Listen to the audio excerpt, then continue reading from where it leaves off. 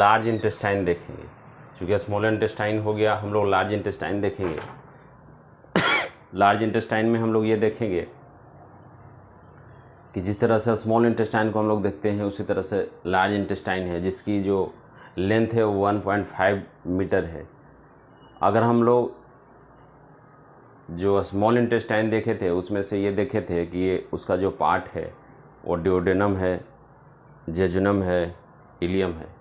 उसी तरह से जब हम लोग स्मॉल इंटेस्टाइन को लार्ज इंटेस्टाइन को देखेंगे, इसका भी 3 पार्ट है, जिसमें से एक सीकम है, कोलोन है और रेक्टम है।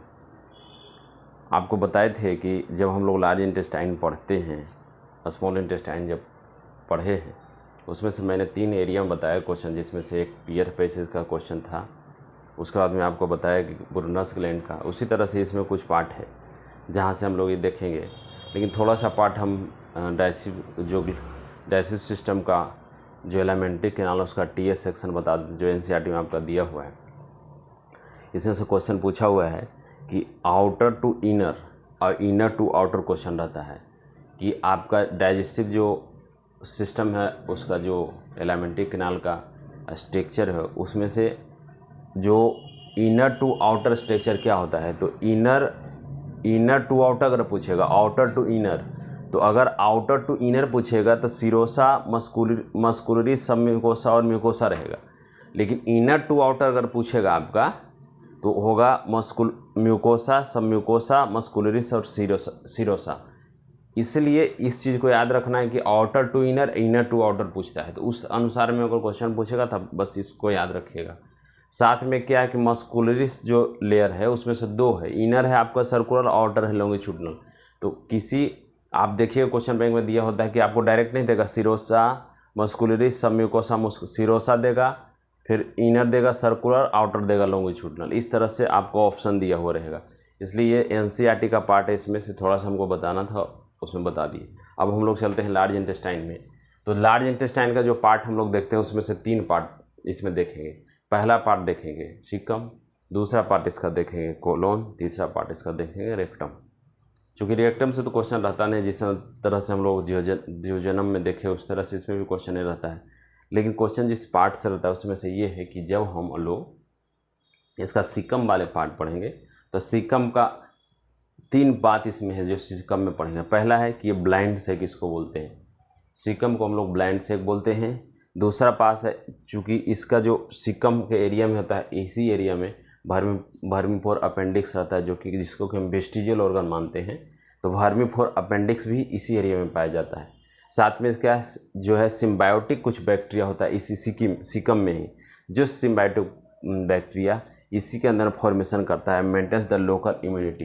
अगर कोई आसपास किसी प्रकार का कोई ऐसे माइक्रोऑर्गेनिज्म डेवलप करे जो कि हमारे रहने वाले जो भी हम सब्सटेंस लेते हैं, अगर उसका वो माइक्रोऑर्गेनिज्म अगर नहीं रहते हैं तो जो भी हम फूड लेते हैं वो फर्मेंट नहीं करता है। क्योंकि आपको पता है कि कोई भी फूड पार्टिकल को डिग्रेड करने के लिए, उसको प्यूरिफिकेशन के लिए, उसको सड़न के लिए हमको बैक्टीरिया होना ज़रूरी है।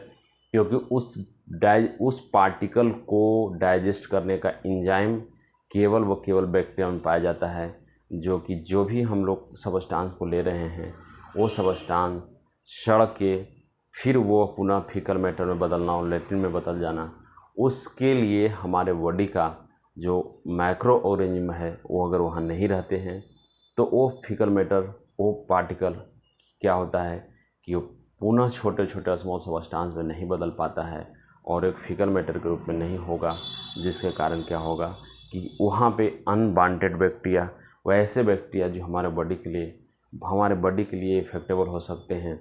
लेकिन ये बैक्टीरिया एक हम लोग को हमारे हेल्दी बैक्टीरिया माना जाता है, जो हमारे बॉडी में जो भी सब्सटेंस को लेते हैं वो सीकम में वो बैक्टीरिया पाए जाते हैं कि जो भी फूड पार्टिकल को हम ले रहे हैं उस फूड पार्टिकल को क्या करे, फर्मेंट करे, उसको प्यूरिफाइड करे, ताकि वो फूड मटेरियल छोटे सब्सटेंस में कन्वर्ट हो।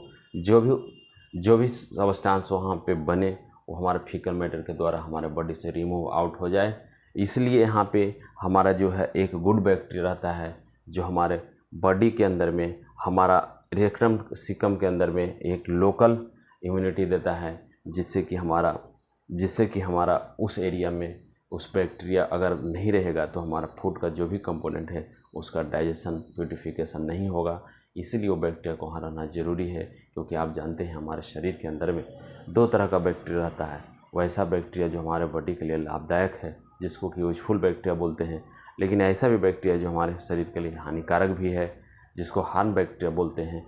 और इसीलिए ये जो बैक्टीरिया होता है हमारे शरीर के लिए बड़ा ही इम्पोर्टेंस है, जो कि हमारा जो भी फूड सब्सटेंस को लेते हैं उसको डाइजेशन होने के बाद उसको फर्मेंट करना, उसको सड़न, उसका प्यूरिफिकेशन होना ज़रूरी है। इसलिए ये बैक्टीरिया को यहाँ हमारे पाया जाता है, वो शिकम में ही पाया जाता है, इसलिए मैंने इसको आपको बता दिया। सेकेंड पार्ट इसका आता है जो कोलोन आता है, जो कोलोन को भी 4 भागों में बांटा गया। एक को बोलते हैं असेंडिंग कोलोन, दूसरा बोलते हैं ट्रांसवर्स कोलोन, तीसरा को बोलते हैं डिसेंडिंग कोलोन और चौथा बोला जाता है सिग्मॉइड कोलोन। ये आप देखे होंगे जब लार्ज इंटेस्टाइन में तो पार्ट पढ़े हों, बता देते हैं आपको। ये पार्ट देखे होंगे जिसमें असेंडिंग कोलोन है, ट्रांसवर्स कोलोन आता है, डिसेंडिंग कोलोन है, सिग्मॉइड कोलोन है। ये पार्ट है कोलोन का जिसमें कि ये स्ट्रक्चर है। इसलिए मैंने इस चूँकि इससे क्वेश्चन ज़्यादा पूछा नहीं जाता है, इसलिए मैंने केवल आपको स्ट्रक्चर एज ए फॉर्म बता दिए। लेकिन कोलोन के अंदर में 2 बात पूछा जाता है कि इसमें हॉस्टिया रहता है। कोलोन जो आप स्मॉल लार्ज इंटेस्टाइन देखे होंगे तो इस तरह से एक स्ट्रक्चर रहता है, आप देखे होंगे। तो ये जो स्ट्रक्चर होता है इसी का नाम हॉस्टिया है। ये जो स्ट्रक्चर एक सेमी सर्कल स्ट्रक्चर बनता है, इसको हॉस्टिया बोलते हैं। और इसके अंदर में स्मूथ मसल रहता है जो कि 3 लॉन्गिट्यूडनल रहता है और एक सर्कुलर रहता है। इसलिए कोलोन के अंदर में जो 2 मेन पार्ट इसका होता है आपका कोलोन में, एक हॉस्टिया होता है, दूसरा स्मूथ मसल। हॉस्टिया एक स्ट्रक्चर है जो कि एक सेमी सर्कल स्ट्रक्चर है, उस स्ट्रक्चर को हम लोग हॉस्टिया बोलते हैं। और ये कोलोन है, इस कोलोन के अंदर में स्मूथ मसल पाया जाता है जिसमें 3 लॉन्गिट्यूडनल मसल होता है, एक सर्कुलर मसल होता है। तो इसीलिए इस पार्ट को हम लोग जब देखेंगे तो इसलिए इसका तीसरा पार्ट आता है जो रेक्टम आता है, जिसमें क्या होता है स्टोर अनडाइजेस्टेड फूड, जिसको कि फिकस बोलते हैं, फीकल मैटर बोलते हैं। यही फीकल मैटर हमारे बॉडी से रिलीज होता है, जो कि एक हमारे बॉडी के जितने भी पार्ट को हम जो भी फूड सब्सटेंस को लेते हैं, ये फूड सब्सटेंस के अंदर में जितने भी न्यूट्रिएंट कंपोनेंट है वो हमारे शरीर के अंदर में एब्जॉर्प्शन हो जाते हैं इन द प्रेजेंस ऑफ मैक्रोविलाई। आगे हम आपको बताएंगे, जो कि हमारा आपके स्मॉल इंटेस्टाइन में पाया जाता है। इसके द्वारा जितने भी फूड सब्सटेंस है वो सारे एब्जॉर्ब हो जाते हैं। बाकी जो भी अनवांटेड सब्सटेंस होते हैं, वैसे सब्सटेंस जो हमारे बॉडी के लिए यूजफुल नहीं होते हैं, वो पुनः क्या करते हैं आपके रेक्टम में आके स्टोर हो जाते हैं।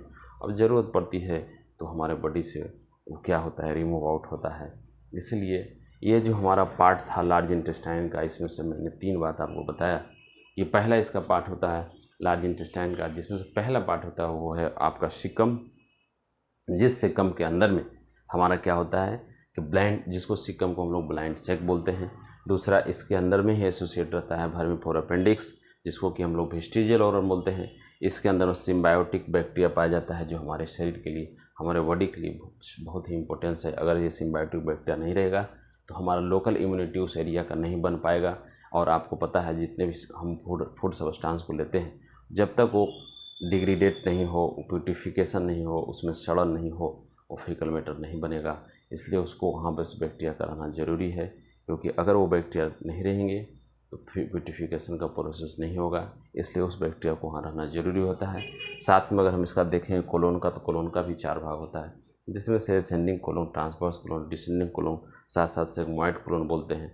अगर इसका हम लोग देखेंगे तो इसके अंदर में हॉस्टिया प्रेजेंट है। इसलिए इसमें मैंने बोला कि ये नीट का एनटीए का क्वेश्चन डायरेक्ट नहीं बनाएगा, लेकिन स्टेटमेंट बाई अगर रहेगा हॉस्टिया इज प्रेजेंट इन, तो अगर उसमें आप याद रखिएगा कि कोलोन में ही हॉस्टिया पाया जाता है। साथ में एक एडिशनल क्वेश्चन मैंने बता दिया कि अगर कोलोन के अंदर में स्मूथ मसल का बात बोलेगा, चूँकि हम लोग स्मूथ मसल आपको अगर हम इसमें स्मूथ मसल देखते हैं तो आपका 3 लॉन्गिट्यूडनल होता है, एक सर्कुलर मसल होता है, और लास्ट उसका पार्ट होता है रेक्टम, जो store food material store not a food material store undigested material faecal, जो कि रेक्टम में ही पाया जाता है। Thank you.